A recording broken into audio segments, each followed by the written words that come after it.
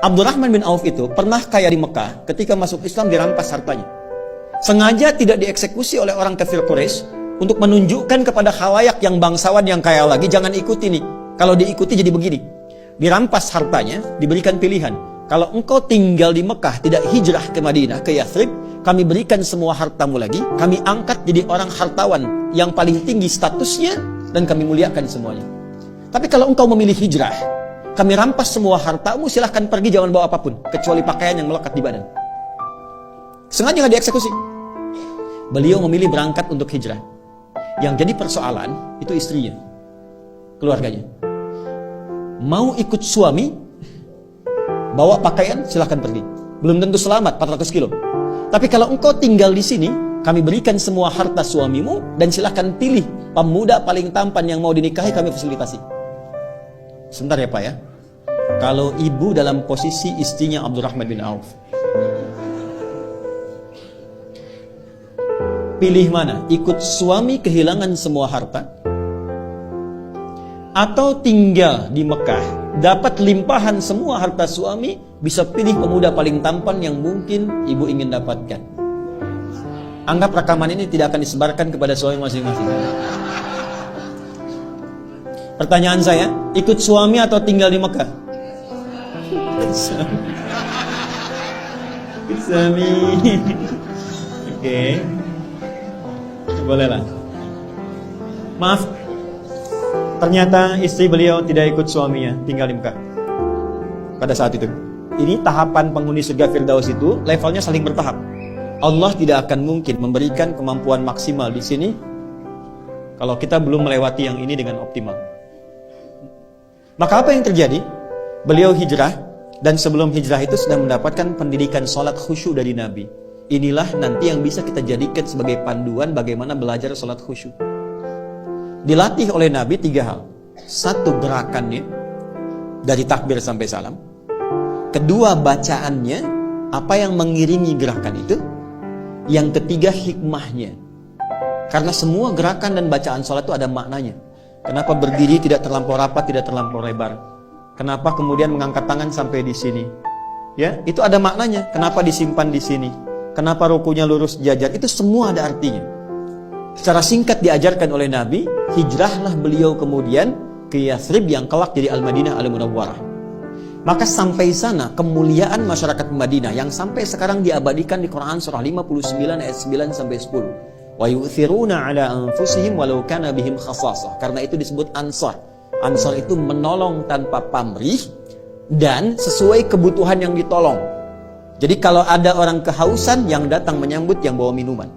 Orang lapar, yang datang menyambut yang bawa makanan. Abdurrahman bin Auf pernah kaya, jatuh fakir, yang menyambutnya orang paling kaya di Madinah.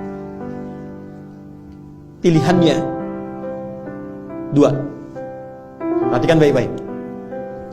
Akhil karim, bahasa kita, saudaraku yang mulia. Sami'tu annaka kunta ghaniyya. Saya dengar Anda pernah kaya sebelum kesini. Kalau ingin kaya lagi, ambil setengah harta saya. Dan saya dengar Anda ditinggalkan istri Anda di Mekah. Pilih perempuan paling cantik di Madinah. Sekalipun bagian dari keluarga saya akan fasilitasi pernikahan. Gantian ya Bu ya. Gantian. Kalau Bapak di situasi itu,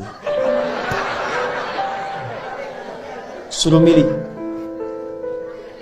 Ambil setengah harta saya, pilih perempuan paling cantik, sekalipun itu bagian dari keluargaku, aku fasilitasi pernikahannya. Anda terima atau tidak ditolak sama sekali? Saya paham Bu pilihannya, karena itu percuma saya tawarkan ditolak. Ya, enggak, orang paling kaya ini bicara demikian karena paham orang yang sudah terbiasa dengan keadaan tidak mudah menyesuaikannya. Beliau kira Abdurrahman bin Auf itu seperti itu. Kan di fisika juga begitu kan?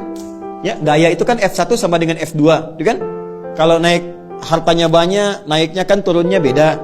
Kalau sedikit naik angkot turun tawadu, sedekah, kan? Ya, yang repot kan hukum Pascalnya. F berbanding lurus dengan P kan, tekanan. Gaya berbanding lurus dengan tekanan. Semakin banyak gaya, semakin tertekan.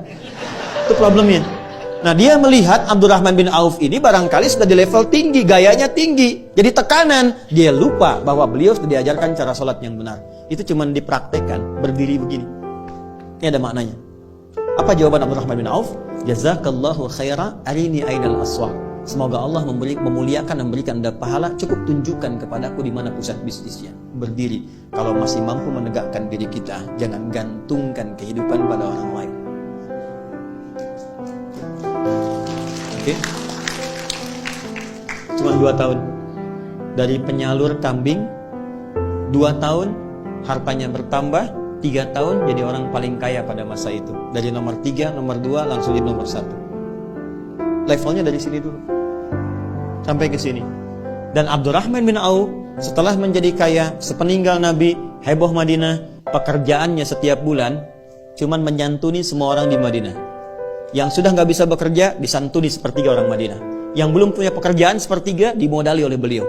Yang sudah ada diinfaki oleh beliau. Jadi sekampung Madinah, sekota pada saat itu mendapatkan bagian dari hartanya Abdurrahman bin Auf. Jadi cari kerjanya tuh untuk amal. Apakah berkurang hartanya? Tidak, malah makin kaya. Malah makin kaya. Ada riwayat yang memang perlu diverifikasi tapi diduga benar. Bahwa ketika heboh datang hartanya Abdurrahman bin Auf dengan banyaknya unta, banyak unta dalamnya ada mutiara, emas, macam-macam dan sebagainya. Kata Sayyidah Aisyah, aku mendengar hisabnya Abdurrahman bin Auf itu tidak mudah, saking banyaknya. Maka beliau katakan, semua yang ada sekarang, yang datang, aku sedekahkan untuk kepentingan umat Islam. Semua. Kalau ada 600 truk isinya emas, perak, mutiara, berlian dan sebagainya, diberikan kalimat ringan begitu semua disedekahkan. Dan beliau kan termasuk yang dimuliakan ke surga dengan cepat. Kebangetan kayanya dan cepat banget masuk surganya.